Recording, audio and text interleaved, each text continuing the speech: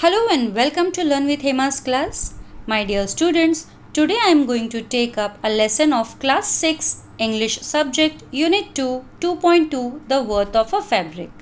My dear students, at the end of this chapter I shall also give you the question and answers of this chapter. Along with the textual question answers, I shall also provide you some additional extra question answers.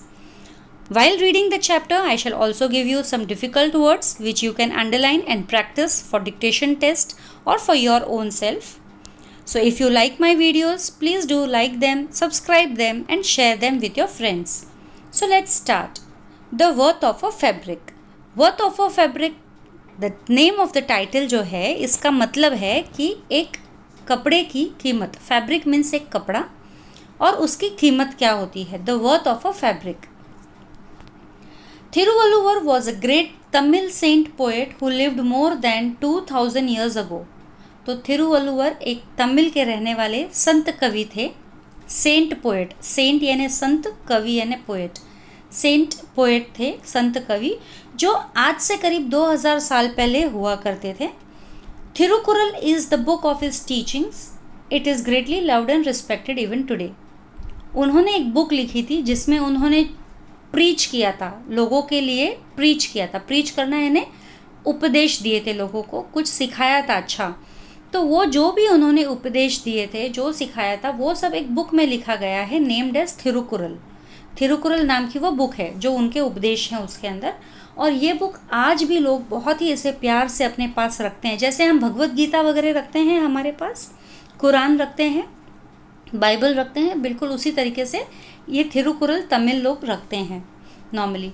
And it is greatly loved and respected even today. आज भी उसको बहुत respect करते हैं उस book को. Thiruvalluvar was a textile weaver. वो एक कपड़े बुनने का काम करता था. टेक्सटाइल वीवर यानी धागों से कपड़े बनाना, राइट. उसे कहते हैं बुनना, weaver. Thiruvalluvar was a textile weaver. He wove beautiful fabrics and saris and sold them in the market. वो बहुत ही ब्यूटीफुल कपड़े बनाता था और साड़ीज़ भी बनाता था और उनको मार्केट में बेचता था. People said that he never got angry, never used bad words, never shouted at anyone. और लोगों का ये भी कहना था कि वो कभी गुस्सा नहीं होता था, ना ही किसी को बैड वर्ड्स कहता था, बुरे शब्द कहता था, और ना ही कभी किसी पे चिल्लाता था. In the same town there lived a rich young man. He wasted most of his time roaming around with his friends. They often made fun of other people. और उसी गांव में, उसी विलेज में जहाँ ये थिरुवल्लुवर रहता था, एक यंग रिच और यंग मैन रहता था. मतलब जो अमीर था, यंग मैन. तो वो अपना मोस्ट ऑफ द टाइम जो है ना हमेशा वेस्ट करता था घूमने फिरने में, यहाँ वहाँ भटकने में, दोस्तों के साथ में मस्ती मजा करने के लिए. और वो हमेशा क्या करते थे, ये सब फ्रेंड्स लोग थे इस रिच आदमी के, ये दूसरों का मजाक उड़ाते थे.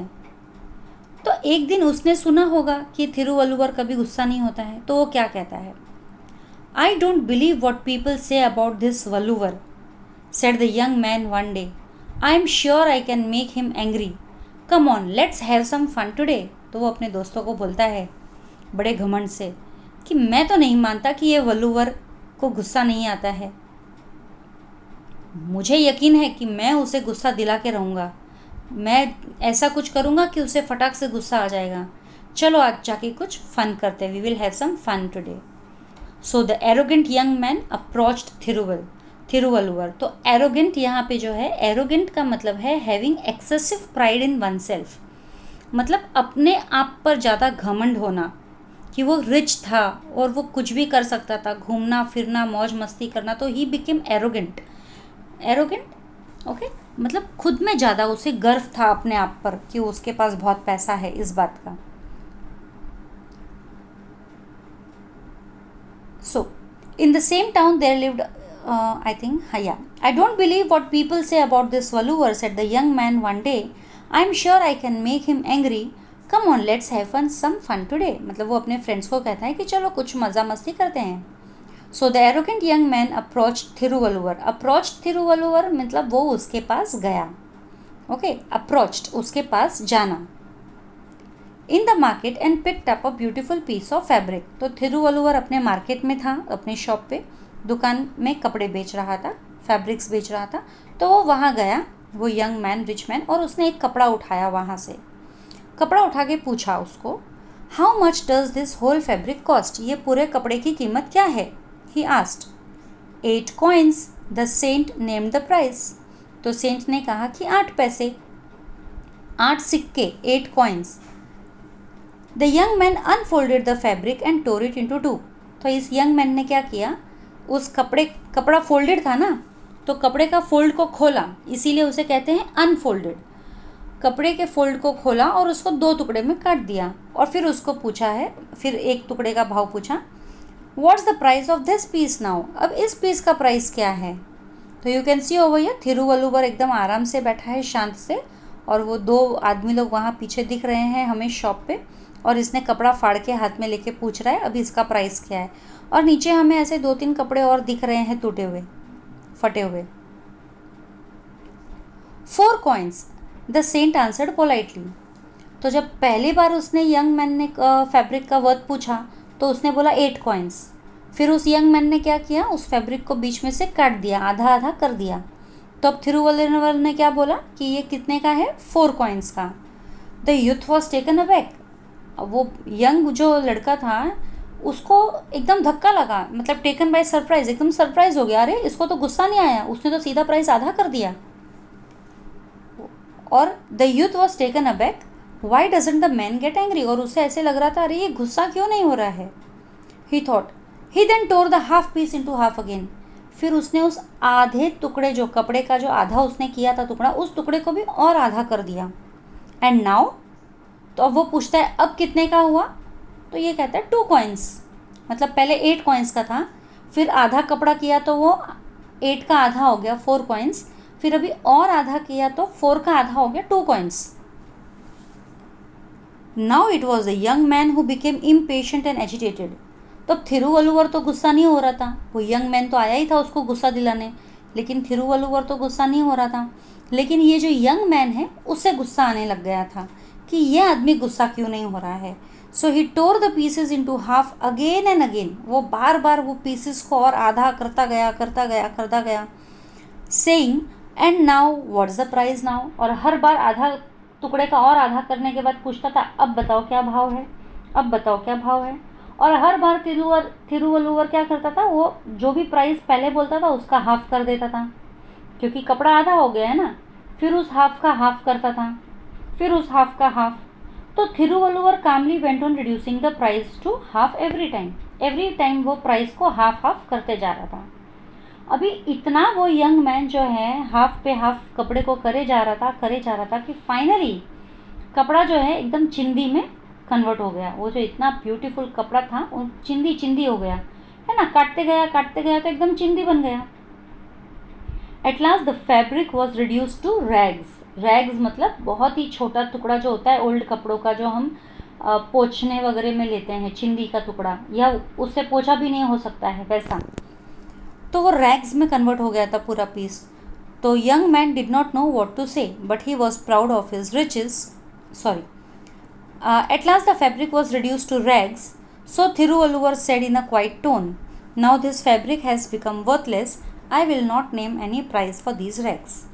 अब वो इतना उसने कपड़े को काट दिया ना यंग मैन ने कि वो एकदम बोला ना चिथड़ी बन गया। तो थिरुवल्लुवर एकदम चुपचाप उसने कहा कि अब ये फैब्रिक जो है इसकी कोई कीमत नहीं लगा सकते हैं, अब ये वर्थलेस हो गया है, इसकी कोई कीमत नहीं है, अभी इसका मैं कोई प्राइस तुमको नहीं बता सकता हूँ। तो the young man did not know what to say, but he was proud of his riches, so he offered to pay 8 coins to the saint. अब वो बेचारे यंग मैन को ये तो पता नहीं है कि अब क्या बोले, तो उसको तो अपना रिचनेस का बहुत प्राउडी फील करता था वो अपने रिचनेस के लिए। तो उसने कहा कि ठीक है मैं तुम्हें 8 का 8 कॉइन्स पूरा दे दूँगा, क्योंकि वो जो एक्चुअल फैब्रिक था वो 8 कॉइन्स का था ना। तो ये बोलता है कि ठीक है मैं तुमको 8 कॉइन्स दे दूँगा। तो वो यंग मैन क्या बोलता है, So he offered to pay 8 coins to the saint. For the first time Thiruvalluvar smiled, but he refused to take the money.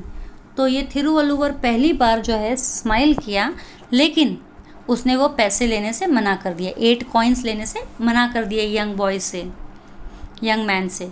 तो young man, now this fabric is of no use it has become worthless. Why? Because no one will be able to wear it. तो वो थिरुवल्लुवर ने क्या कहा, बड़ी शांति से उन्होंने कहा कि यंग मैन, अब ये फैब्रिक का कोई कीमत नहीं है क्योंकि अब वो किसी के काम नहीं आ सकता है.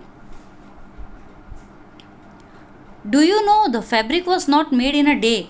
और फिर थिरुवल्लुवर और आगे बोलता जा रहा है उसको, यंग मैन को, कि तुम्हें पता है ये फैब्रिक जो है ना एक दिन में नहीं बना है. Many people have toiled to make it. Toiled means worked hard. Many people have toiled to make it. The farmer who grew cotton in his field worked hard for months through sun and rain. He picked cotton from each boll and gave it for spinning. Then someone else carded the cotton and spun it into long uniform threads. The threads were dyed carefully so that they took on these lovely colors. My wife and I wove the threads together, putting in beautiful designs. We thought someday someone will like this fabric, will be happy to wear it. Now first I'll explain you till here. तो थिरुवल्लुवर कहता है कि आपको पता है ये fabric एक दिन में नहीं बना है, इसे बहुत सारे लोगों की मेहनत से बनाया गया है. सबसे पहले तो वो फार्मर जो कॉटन को अपने फील्ड में ग्रो करता है, महीनों तक मेहनत करता है बारिश में, धूप में, और फिर जाके वो कॉटन जो बॉल्स ग्रो होते हैं. हमें यहाँ पे बाजू में पिक्चर जो दिख रहे हैं ना, ऐसे वाइट कलर के फूल के जैसे झुंड जो दिख रहे हैं, अगर आपको मेरा फिंगर का टच समझ में आ रहा है तो ये जो है ये पॉड्स है, ये कॉटन के पॉड्स होते हैं. इनको प्लग करके फिर उनको स्पिनिंग के लिए दिया जाता है. स्पिनिंग के लिए मतलब इनको राउंड थ्रेड्स में कन्वर्ट करने के लिए दिया जाता है. लेकिन वो डायरेक्टली राउंड थ्रेड्स में कन्वर्ट नहीं होते हैं. सबसे पहले उनके अंदर जो गोल बीज जैसा कुछ रहता है उसे निकाला जाता है. यानी कॉटन के अंदर जो बीज रहता है उसे पूरी तरह से निकाल के एकदम फ्री करके फिर उसको स्पिनिंग किया जाता है. और स्पिनिंग करने के बाद में फिर वो जो स्पिन हुआ थ्रेड है उसको कलर किया जाता है, डाई किया जाता है. और डाई होने के बाद में ही तो इतने ब्यूटीफुल कलर्स इन थ्रेड्स पे आते हैं. और फिर वो और उसकी वाइफ इस पे बहुत ही ब्यूटीफुल डिज़ाइंस को वीव करते हैं. इन स्पिनिंग इन थ्रेड से बहुत ही ब्यूटीफुल डिज़ाइंस बनाते हैं. यहाँ पे आप देख सकते हो ये लेडी जो है, मैंने अभी ये टिक मार्क दिखाया है यहाँ पे फिंगर से, ये जो है हैंडलूम है. ये जो लेडी जो कर रही है, वीविंग जो काम कर रही है, इसे हम हैंडलूम कहते हैं क्योंकि ये हाथ से बनाया जाता है. पहले ज़माने में सिर्फ हैंडलूम हुआ करते थे. पहले मोटर्स का, मशीन्स का ज़्यादा इस्तेमाल नहीं होता था, इसीलिए हैंडलूम मशीन्स. लेकिन बाद में जब इलेक्ट्रिसिटी यूज़ होने लगी और इलेक्ट्रिसिटी पे चलने वाले मशीन्स बनने लगे तो वो बन गए पावर लूम्स. हैंडलूम्स के जगह वो बन गए पावर लूम्स, लेकिन ये हैंडलूम्स है. So the threads were died carefully. वो जो धागे होते हैं फिर उनको डाई किया जाता है. ये देखो हमको धागों का भी यहाँ पे ये दिखाई दे रहा है, ठीक है, ये धागों का भी हमें यहाँ दिखाई दे रहा है. बंडल्स, 2 बंडल धागों का दिख रहा है. पहले कॉटन होता है, फिर कॉटन से थ्रेड बनता है. कॉटन से थ्रेड बनने में भी बीच में 2-3 प्रोसेस होते हैं. फिर थ्रेड वीव होता है यहाँ पे, उससे फिर कपड़ा बनता है. बाजू में लास्ट में हमें जो दिख रहा है वो कपड़ा है इसका. तो बहुत मेहनत लगती है. उसकी वाइफ और वो मिलकर फिर इन कपड़ों से ब्यूटीफुल डिज़ाइंस बनाते हैं. एंड क्योंकि हमें ऐसा लगता है कि किसी दिन कोई इन ब्यूटीफुल कपड़ों को पहनेगा और वो पहन के खुश होगा, then all our work would have been rewarded. और जब वो इंसान इन कपड़ों को पहनकर खुश होगा तो मुझे और मेरी बीवी वाइफ को जो भी हमने मेहनत किया है उन सबका मानो जैसे रिवॉर्ड मिल जाता है, इनाम मिल गया हो, हम खुश हो जाते हैं.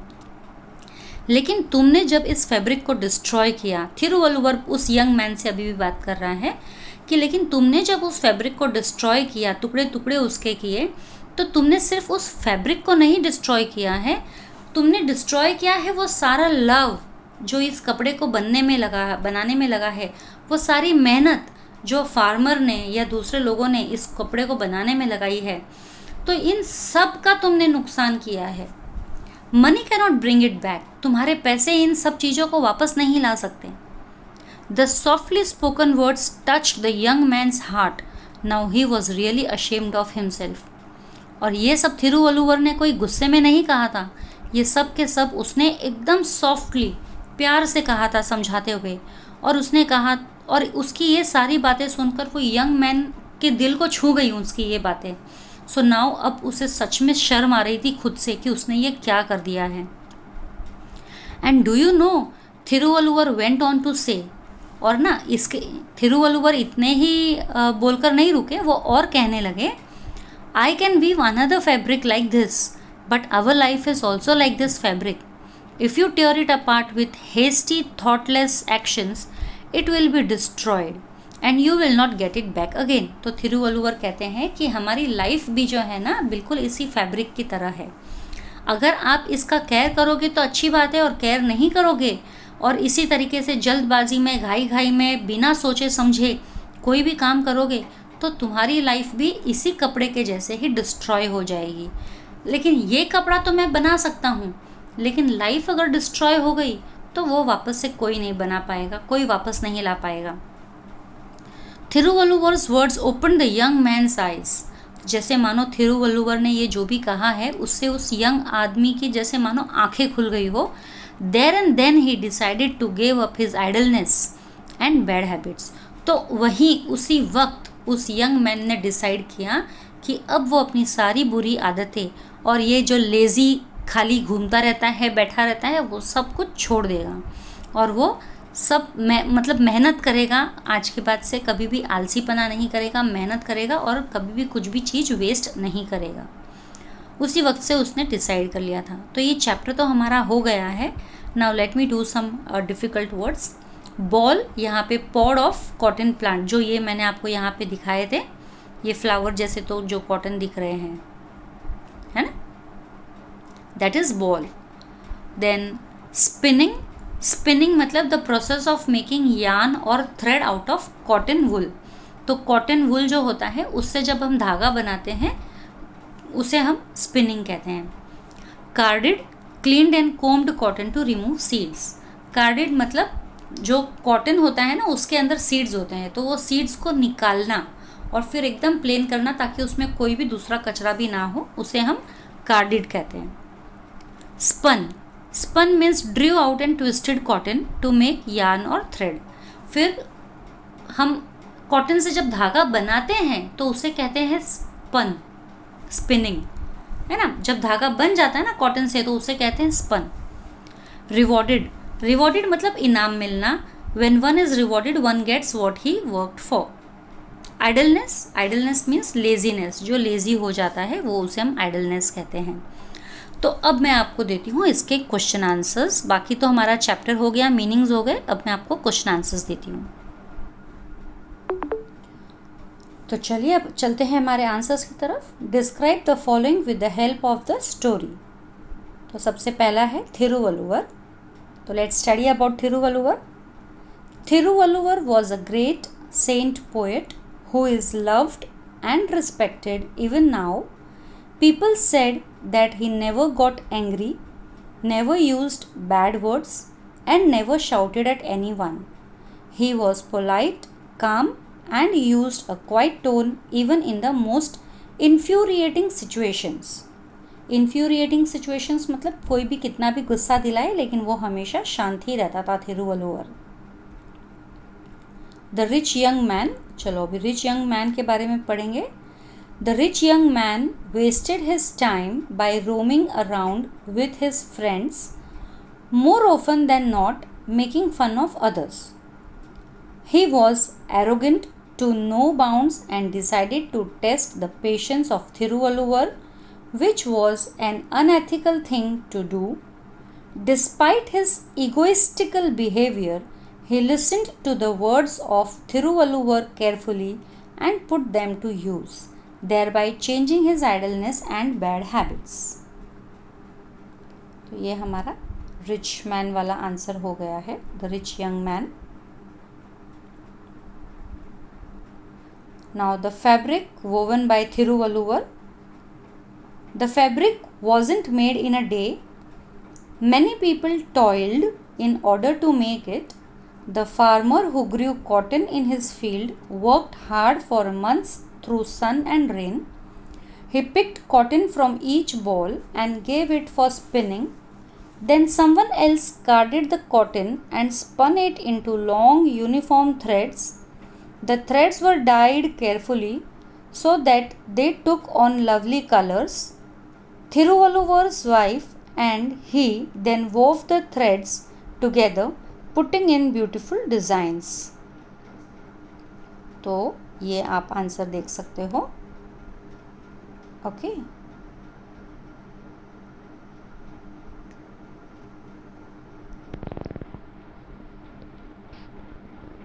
ठीक है, अब हम बढ़ते हैं आगे.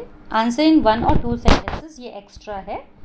हु वॉज थिरुवल्लुवर, ये स्पेशली पैसेजेस जो आते हैं उनके हिसाब से ये है. Thiruvalluvar was a great Tamil saint poet. How long ago did Thiruvalluvar live?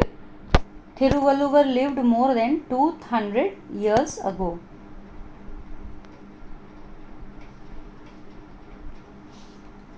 What did Thiruvalluvar do for a living?